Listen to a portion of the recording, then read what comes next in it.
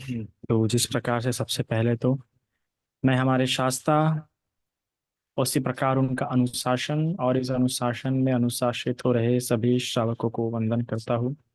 मेरे उपाध्याय जिनके कारण से मुझे बुद्ध शासन में उपसंपदा प्राप्त हुई है, उन्हें भी वंदन। मेरे सभी आचार्य और कल्याण मित्र के प्रति मंगल कामना करता हूँ।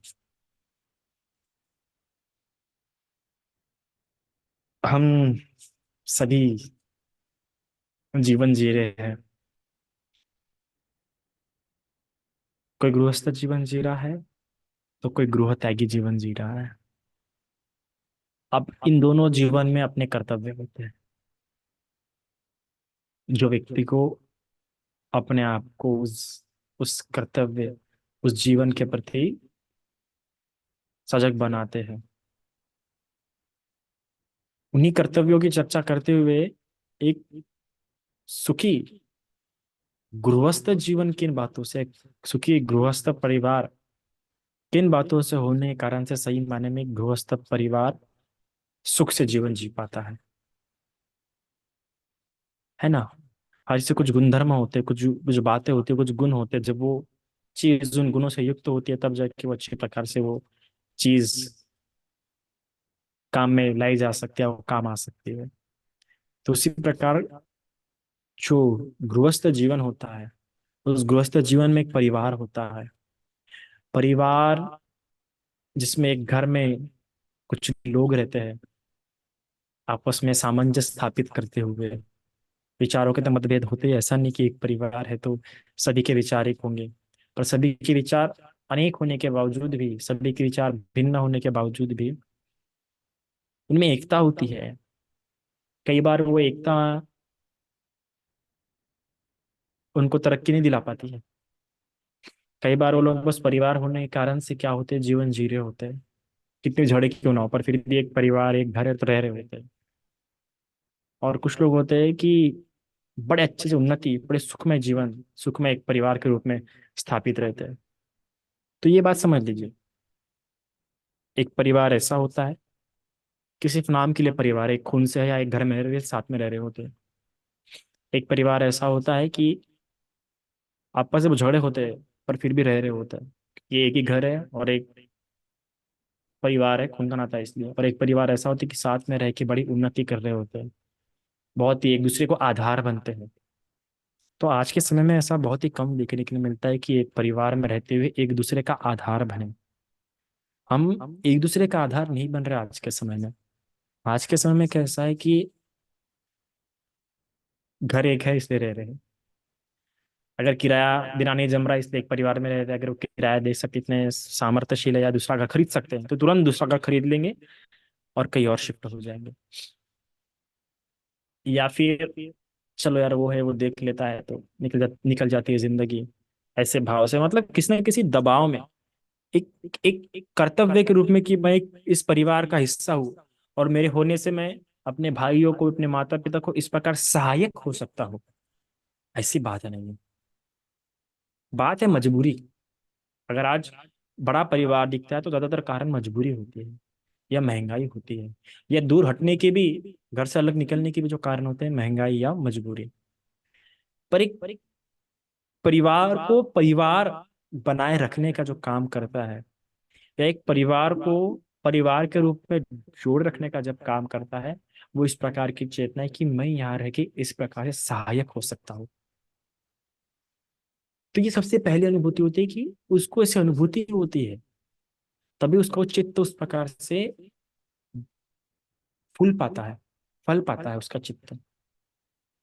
हम जैसी चेतना से जिन कार्यों में इन्वॉल्व होते हैं ना, वो कार्य हमें वैसा हल्का या भारी बना देते हैं, या हमें वैसी अनुभूति अनुभूति देते हैं हल्का या भारीपन की। कहीं कहीं पे क्या होता है कि लगता है अरे कौन सा सर पे ले लिया अपने, क्या आपने बेवजह अपने इस पे उतार दिया मैंने, क्यों मैंने बेवजह ये काम लिया अपने हाथों में। ऐसी शिकायतें, और खुद को ही लेके पछतावा होता है कि क्यों किया मैं क्यों कर रहा हूँ, मैंने क्यों अपने हाथों में लिया, क्यों ऐसा आ रहा है, ऐसे विचार क्यों आ रहे हैं, जबकि खुद लेते हैं हम लोग। पर खुद लेने के बावजूद भी ये विचार आ जाते कई बार। क्योंकि चेतना, उस कार्य में, उस काम में इन्वॉल्व होने की हमारी चेतना क्या थी, ये बात होती है। इसलिए फिर वो काम हमें भारी लगना शुरू हो जाता है। वही चेतना ये होगी कि मैं सहायक होऊंगा इस कार्य में, मेरे द्वारा कुछ अच्छा हो सकता है, मेरे द्वारा किसी का बोझ कम हो सकता है। जब आप किसी और का बोझ कम करने का प्रयास करते हैं ना, तो आपने जो बोझ लिया होता है आपको भारीपन नहीं लगता है। हम तो कई बार इसलिए भी किसी के सहायक होना चाहते हैं कि हमारा बोझ हल्का हो। तो जो व्यक्ति अपना बोझ हल्का करने के लिए कहीं जाता होगा, उसका बोझ हल्का नहीं हो पाएगा, वहां जाके भी और उसका बोझ भारी हो जाएगा और उसको भारीपन लगेगा। तो हम हमारी भूमिका वहां पे क्या देखते हैं? आज के पारिवारिक ढांचे में हम हमारी भूमिका देखते नहीं हैं, बल्कि हम अपने आप को बनाना चाहते हैं। हम हमारी एक नई भूमिका निर्माण करना चाहते हैं, जिसमें मेरी भूमिका सिर्फ मेरे लिए हो, मेरे तक सीमित हो, मेरी जिम्मेदारी सिर्फ मेरे पे हो और मेरे लिए हो और मेरे तक ही हो और मेरे से ही हो। पहले के समय में या जब पारिवारिक संरचना जो होती थी, उसमें व्यक्ति अपनी भूमिका समझता था कि मेरी भूमिका इस परिवार में इस प्रकार की है। तो जब अपनी भूमिका व्यक्ति समझ जाता है तो वो कर्तव्य भी समझ जाता है किसी और के प्रति। पर अभी ऐसा नहीं होता। अभी व्यक्ति अपनी भूमिका समझना नहीं चाहता किसी और के संदर्भ में। अभी व्यक्ति अपनी भूमिका को पालन नहीं करना चाहता। अगर उसे ठीक नहीं लगता है तो वो अपनी भूमिका बदल देगा तुरंत, या निकाल निकाल लेगा अपने आप को। तो अभी के समय में तुरंत निकालने की बातें होती, निकलने की बात हो जाती है कि मेरे को निकलना, मेरे को नहीं जम रहा। पहले के समय में निकलने के लिए भी इंसान 100 बार सोचता था। तो जहाँ पे तुरंत निकलने की बात हो जाती है, या अपने भूमिकाओं को फिर नव निर्माण करने की बात हो जाती है, वहां पे व्यक्ति में सहनशीलता, बोझ ढहने की क्षमता, ताकत उत्पन्न नहीं हो पाती है। आप देखिए बार, किसी किसी के लिए 10 किलो बहुत ज्यादा भारी होता है उठाना, और किसी के लिए बहुत हल्का होता है। आप कोई जिम वाला इंसान होगा, उसको आप 10 किलो की बोरी उठाने के लिए बोलो, उसके लिए ज्यादा बड़ी बात भारी 10 किलो, उसके लिए भी 10 किलो है, पर उसको ज्यादा भारी नहीं लगेगा। वही जो जिम नहीं जाता, कम खाता है, कसरत नहीं करता, कुछ नहीं करता, सोए सोए रहता है, पड़े पड़ते हैं, काफी पतला है, उस इंसान को बोलो आप 10 किलो उठाने के लिए, 10 किलो बोरी, दोनों के लिए 10-10 किलो है। और जो जिम नहीं जाता, खाता नहीं, कसरत नहीं करता, उसके लिए 10 किलो ज्यादा भारी है। तो क्या हो जाता है कि कई बार समस्या वही है, बोझ उतना ही है, पर किसी किसी को भारी ज्यादा लगता है। भारी इसलिए ज्यादा लग रहा है क्योंकि उसने अपनी जो भूमिका जो उसकी थी, उसको उसमें अपने आप को गढ़ने की कोशिश नहीं की, उसके हिसाब से जीने की कोशिश नहीं की, बल्कि उसे लगा कि नहीं, मुझे जीना ही नहीं है। हटने की कोशिश की, निकलने की कोशिश की। जब कोई भूमिका हम निभा रहे होते तो हम अपने आप को सिखा रहे होते, और वो भूमिका नहीं निभा रहे हम, उस भूमिका में मिक्स नहीं हो रहे हम, अलग ही सोच रहे कि मुझे नहीं करना, निकल जाने की बात कर रहे हैं, तो हम अपने आप को विकसित करने की बात नहीं कर रहे, विकृत करने की बात कर रहे हैं। विकसित होना और विकृत होना, इन दोनों में समझिए। विकसित तब होता है जब वो सरवाइव करने की बात करता है, वहां पे ठहरने की बात करता है वहां पे। विकृत तब होता है जब वो सरवाइव करने से इनकार कर देता है, जब वहां से निकलने की बात कर देता है।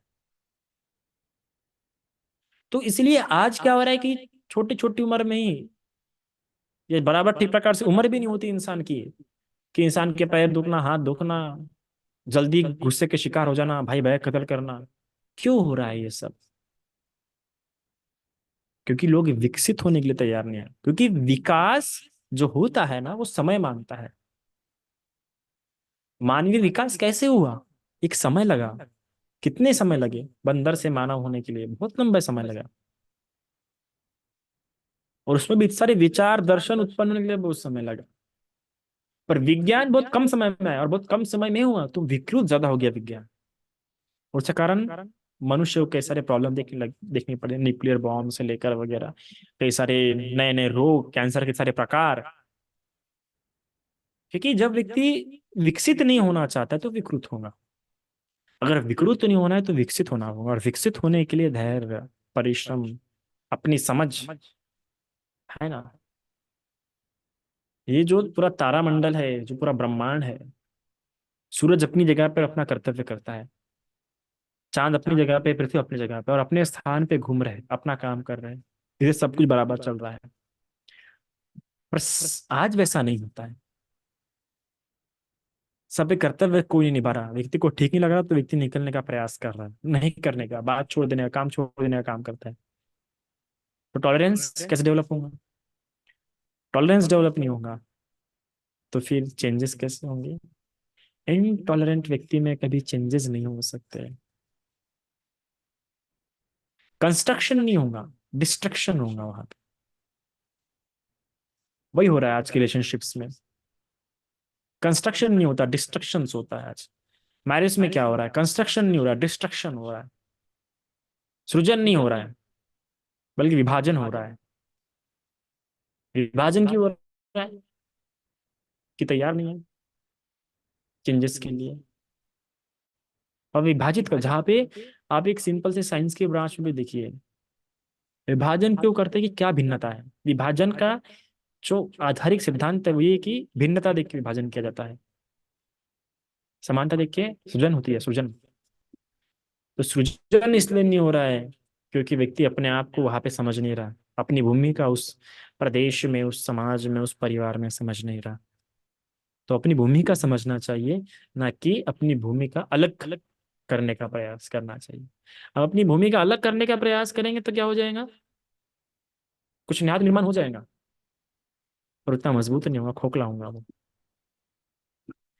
तो उसी संदर्भ में रहते हुए आज हम परिवार के, एक सुखी परिवार के जो चार गुण होते हैं, जो चार बातें होती है, कि कैसे आप अपने परिवार को सुखी, मजबूत, सशक्त बना सकते हैं।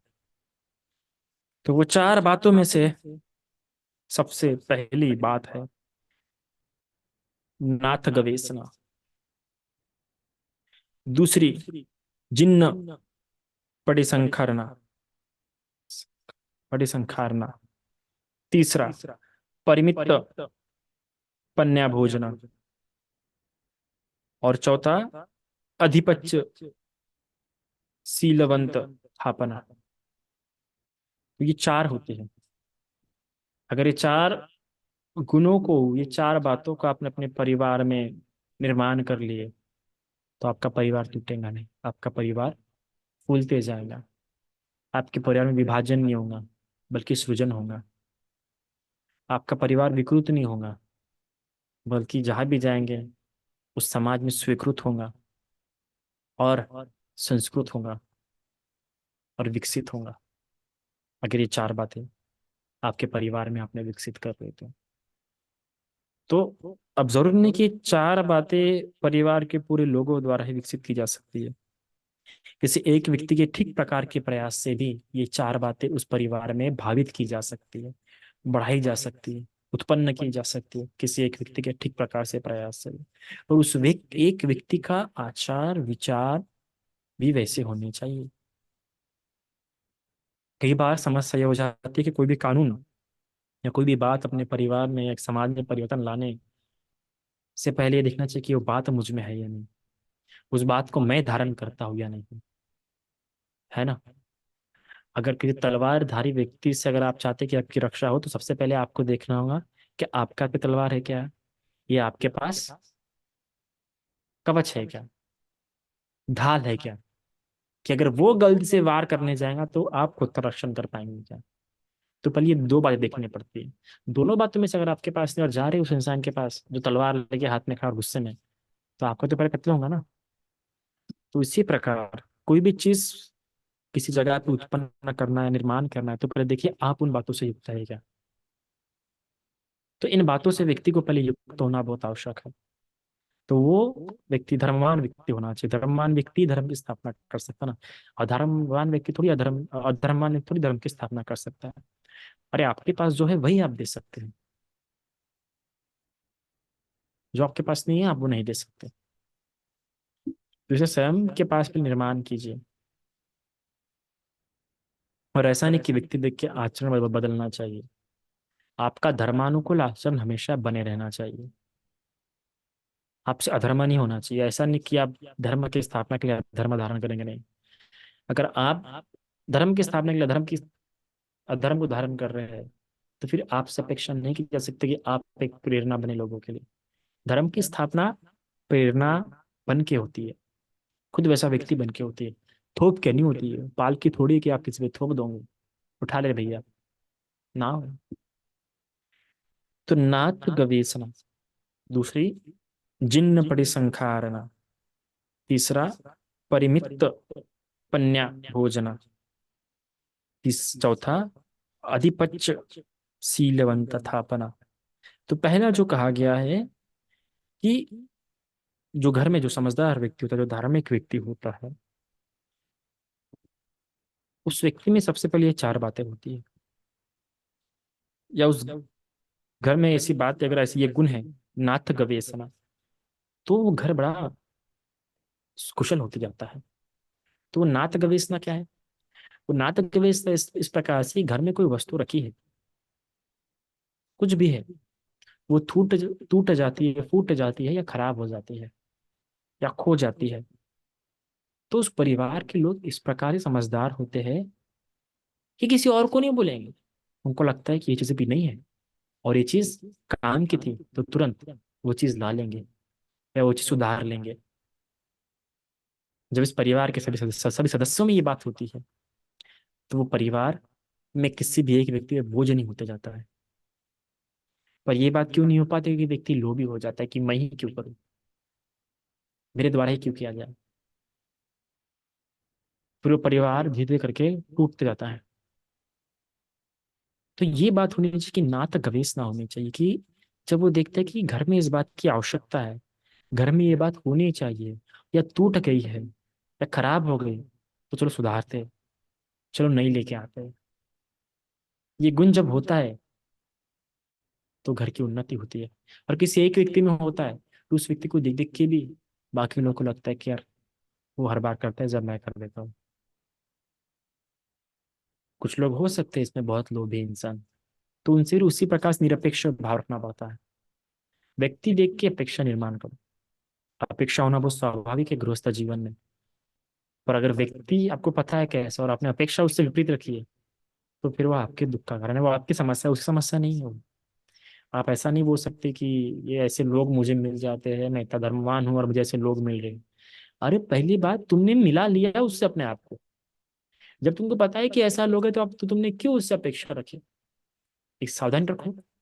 जब तुमको पता होता है कि सामने में सांप पड़ा है, जिंदा सांप है, जहरीला सांप है, तो तुम क्या सांप के पास जाते हो या सांप को हाथ में लेके जाते हो? तुरंत सांप से दूर हो जाते हो ना, कि पता है सांप जहरीला है।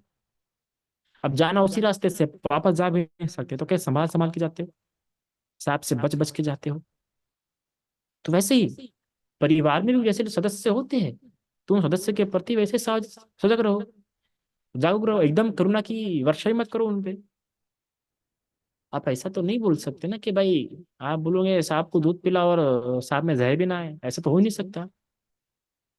अगर सांप को आहार दे रहे हो, सांप को जिंदा रहने रखने के लिए अगर वैसा आहार तुम मुंह से दे रहे हो, सांप जिंदा रहेगा, और जिंदा है तो उसमें जहर भी रहेगा। और अपने पास रखोगे और जहर नहीं निकालते रहोगे उस सांप का, तो तुम्हें कभी ना कभी काटने का डर बना रहेगा, भय बना रहेगा, काट भी सकता है तुम्हें खुद को भी। क्योंकि सांप तो सांप होता है ना, तुम सांप तो जानवर, तो पालतू जानवर थोड़ी है। याद पता होना चाहिए कि पालतू जानवर कर कौन सा पालतू जानवर नहीं हो सकता है। यहाँ पे गड़बड़ करते हैं और फिर आपको धर्म से समस्या उत्पन्न होना शुरू हो जाती है कि मैं धर्म का करती हूँ फिर भी मेरे साथ ऐसा क्यों हो रहा है। तो धर्म ने तो ये तो नहीं बोला कि सांप को अपने साथ पालो या सांप को दूध पिलाते रहो। धर्म तो साफ बताता है कि मूर्ख व्यक्ति से दूर रहो, ये एक टीचिंग काफी है।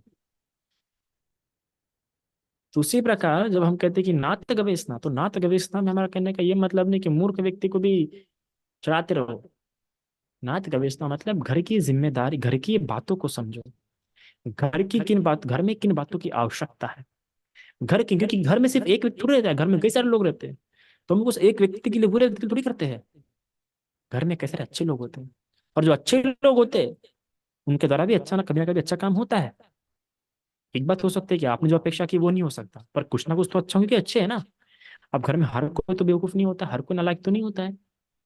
तो इसलिए घर की क्या बातें आवश्यक है, घर की कौन सी बात खराब हुई है, कौन सी बात की जरूरत है, उस पे काम करो। व्यक्ति, हम लोग क्या करते हैं, परिवार में भी रहते तो व्यक्ति विशेष होते हुए काम करते हैं कि ये मेरा बेटा है, ये मेरा बड़ा बड़ा, मेरा ज्यादा ज्यादा प्यार का है, या मेरी ये बहुत ज्यादा अच्छी है ना। तो ऐसा जब काम करोगे तो भेद होगा, विभेद होगा। पर जब घर के लिए काम करोगे, परिवार के लिए काम करोगे, तब भेद नहीं होगा, तब सुजन होगा। तो नाथ गवेषणा।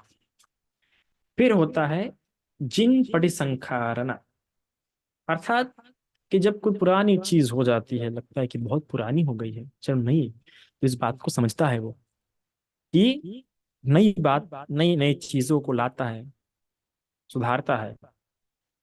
ये बात होनी चाहिए। हम देखते हैं, हमारा तो आजकल रहता है नहीं हमको। आज परिवार में रहते हुए, व्यक्ति रहते हुए, हमें ये बात लग जाती है, कपड़े पुराने हो गए नए लेते हैं, चप्पल पुरानी हो गई नए खरीदते, तो खुद के लिए।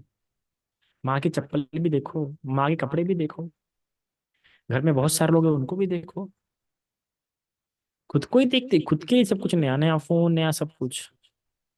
दूसरों के लिए नहीं जिसका बुलाए है। घर में जो सारी चीजें पुरानी हो रही है, उसको कैसा, सिर्फ अपने लिए नयापन मत देखो, घर के लिए नयापन देखो। जिस घर को नया रखना है, जवान रखना है हमेशा, क्योंकि इस घर में मैं भी रहता हूँ। तुम जहाँ पे रह रहे हो, अगर वही कीचड़ है, तो तुम भी गंदे होने से रहे ना। अगर ऐसा सोच रहे हो कि भाई मैं ही क्यों साफ करूँ, वो साफ कर, और उसमें रुचि नहीं है, तो तुम्हें भी कीचड़ में रहना पड़ेगा। तुम भी कीचड़ में ही रहे होंगे और साफ नहीं हो पाओगे, कितने भी साफ करने की कोशिश ना करो। अगर तुम्हें साफ रहना है, तो तुम दूसरों से अपेक्षा मत करो कि वो साफ करे, मैं ही कब साफ करूं, मैंने पिछली बार साफ किया था ना, इस बार वो साफ करेंगे। ऐसा मत करो। आपको ही निर्धारित होना चाहिए मुझे साफ रहना है। अगर आपको साफ रहना है, तो सरल सी बात है, करना पड़ेगा आपको। क्योंकि आप साफ रहे, तो आपका प्रभाव धीरे धीरे दूसरों पे पड़ता ही है। आपके साफ रहने से, घर साफ रहने से, उस व्यक्ति को भी साफ सफाई की आदत गिर जाएंगे, और जब उसको लगेगा कि नहीं है, तो कभी ना कभी कुछ तो उठाएगा वो।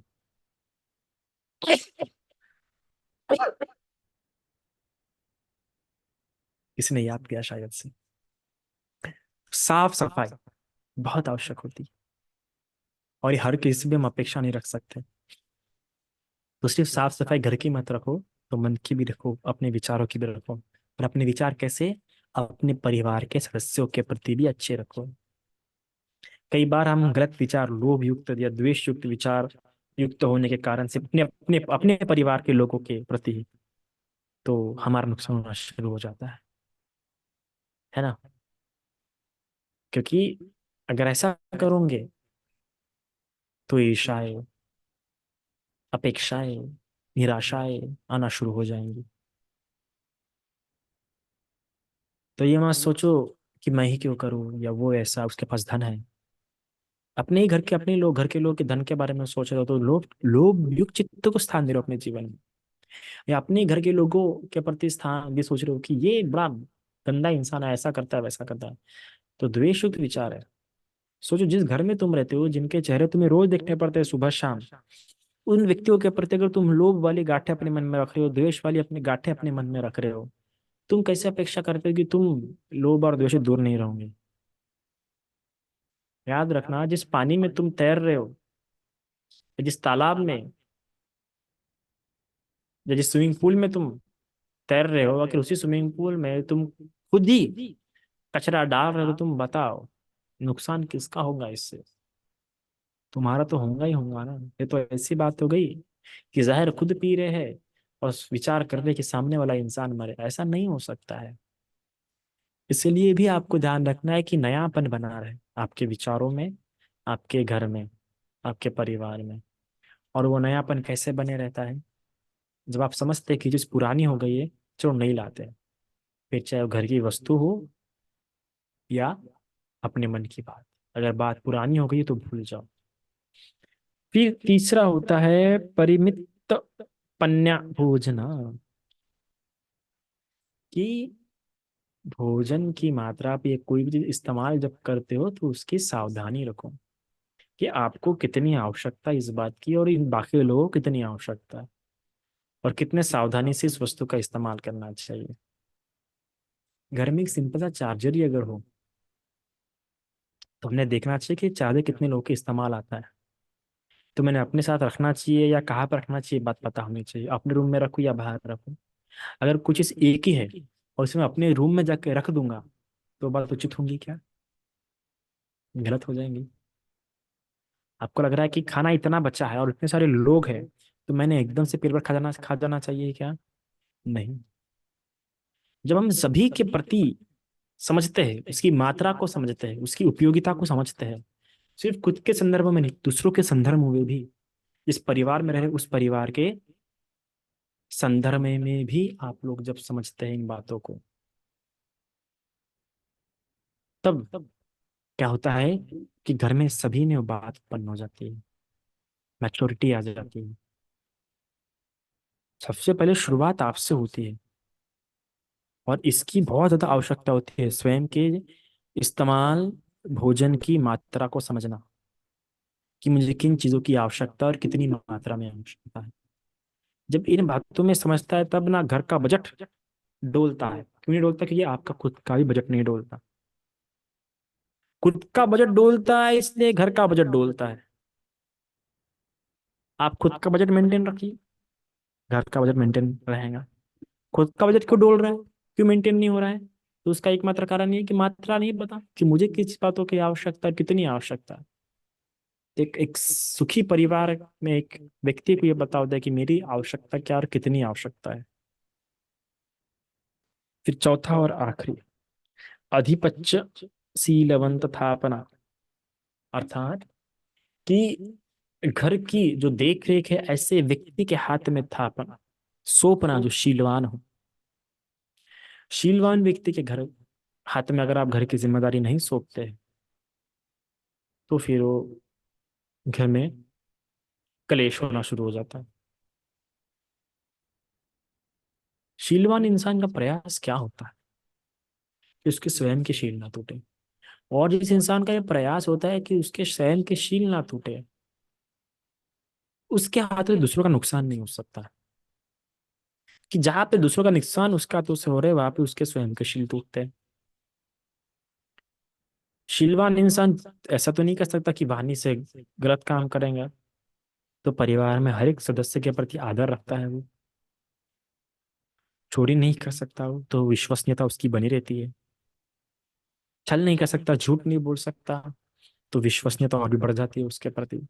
और जब घर में सभी व्यक्ति को उस व्यक्ति के प्रति विश्वसनीयता भावित हो जाती है, डेवलप हो जाती है, तैयार निर्माण हो जाती है, परिवार के सभी लोगों को, जो घर संभाल रहा है उसके प्रति जब विश्वसनीयता भावित हो जाती है, तब कोई भी शंका नहीं करता, ईर्ष्या नहीं करता, क्योंकि लगता है कि इंसान सभी का ध्यान बराबर रखता है, सभी के ख्याल सभी का रखता है। तो देखो, सभी में, एक व्यक्ति द्वारा सभी में सुविचारों का निर्माण होना शुरू हो जाता है। तो ऐसी बातें होती हैं, ऐसी शिक्षा होती है, ऐसे गुण होते हैं, ऐसे आचार विचार जब होते, तो ऐसा जब आचार विचार जब होते, तो परिवार ऐसा आदर्श होता है। तो अगर आपको ऐसा आदर्श परिवार निर्माण करना होगा, तो पहले गुणों से गुण निर्माण करने होंगे। जब गुण निर्माण करोगे, तो आदर्श परिवार निर्माण होगा। और क्या गुण है? वो ये गुण है। तो इन गुणों से युक्त हो जाओ, तो आदर्श परिवार क्या होगा? निर्माण होगा। इतना आज के लिए काफी है। साधु साधु साधु।